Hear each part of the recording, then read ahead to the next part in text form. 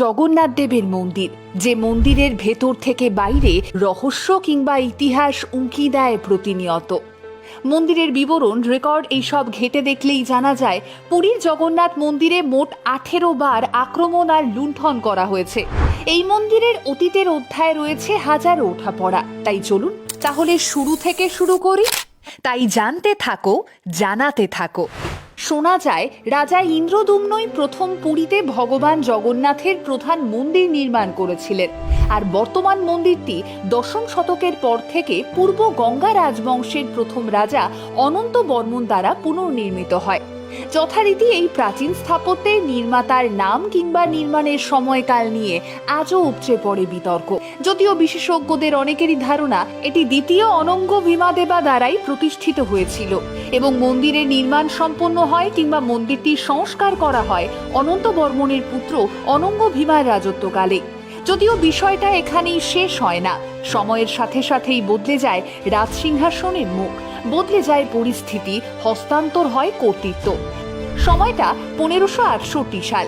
বাংলার রাজা সুলাইমান খান এবং সেনাপতি কালাপাহাড় পুরীর জগন্নাথ মন্দির আক্রমণ করেন, আর এই ফলাফল এতটাই ভয়াবহ কিংবা অপ্রত্যাশিত ছিল যে পরবর্তী 9 বছর বন্ধ ছিল রথযাত্রা। এরপর 1601 সাল তৎকালীন বাংলার নবাবের কমান্ডার মির্জা খুররাম হামলা চালায় পুরীর এই মন্দিরে।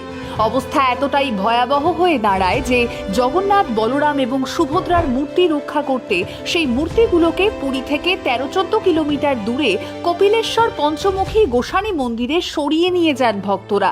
আবারও সেই বছর বন্ধ থাকে রথযাত্রা। তবে এখানেই ইতি পড়েনি। 1607 সালে ওড়িশার মুঘল সুবেদার কাসিম খান জুইনির হাতে আবারও আক্রমণের মুখে পড়ে জগন্নাথ দেবের এই মন্দির, আর এবারে মূর্তিগুলোকে বাঁচাতে লুকিয়ে নিয়ে যাওয়া হয় খুরগার গোপালা মন্দিরে। সেই বছরও হয় না রথযাত্রা। 1611 সালেও বন্ধ থাকে সেটি। এরপর আকবরের সভাসদ টোডর মলের ছেলে কল্যাণ মল ওড়িশার সুবেদার হয়ে এসে পুরীর জগন্নাথ মন্দিরে হামলা চালান।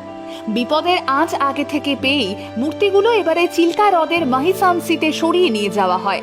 পরবর্তীতে 1617 সালে আবারও জগন্নাথ মন্দিরে হামলা হয়, আর এবারও আগে থেকেই ওই 3 মূর্তি চিল্কা হ্রদের গুরুবাইগড়ে সরিয়ে ফেলা হয়। 1621 এবং 1622 এই দুটো বছর বন্ধ থাকে রথযাত্রা।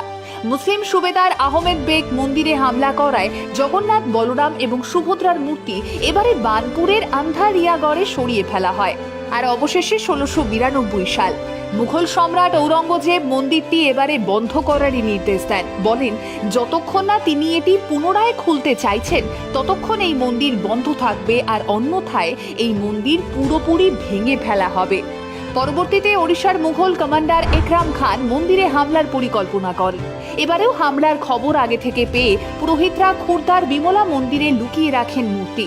এরপর সেই মূর্তিগুলো গাদা কোকালা গ্রামে সরিয়ে ফেলা হয়, সেখান থেকে স্থানান্তরিত হয় হন্তুয়াদা গ্রামে। আর এই কারণে 13 বছর সেবার রথযাত্রা অনুষ্ঠিত হতে পারেনি।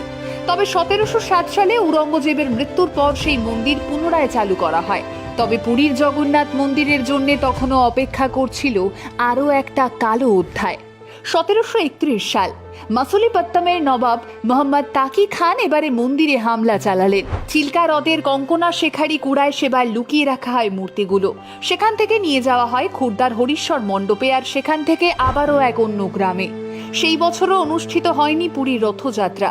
একের পর এক ঝড় বয়ে গিয়েছে এই মন্দিরের ওপর দিয়ে। তবে সবটা সামলেই আজও ইতিহাসের সাক্ষী হয়ে মাথা তুলে দাঁড়িয়ে রয়েছে ওড়িশার এই জগন্নাথ দেবের মন্দির। মন্দিরের গোপন কক্ষে 7টি ঘর রয়েছে, আর সেই ঘরগুলোতেই নাকি রয়েছে রত্ন ভাণ্ডার।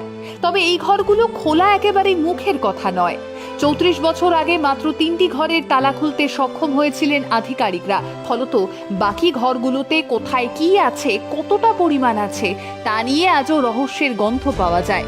তবে রহস্যে ভরপুর ইতিহাসের সাক্ষী পুরীর জগন্নাথ দেবের মন্দিরের জৌলুসে ঘাটতি হয় না এতটুকু।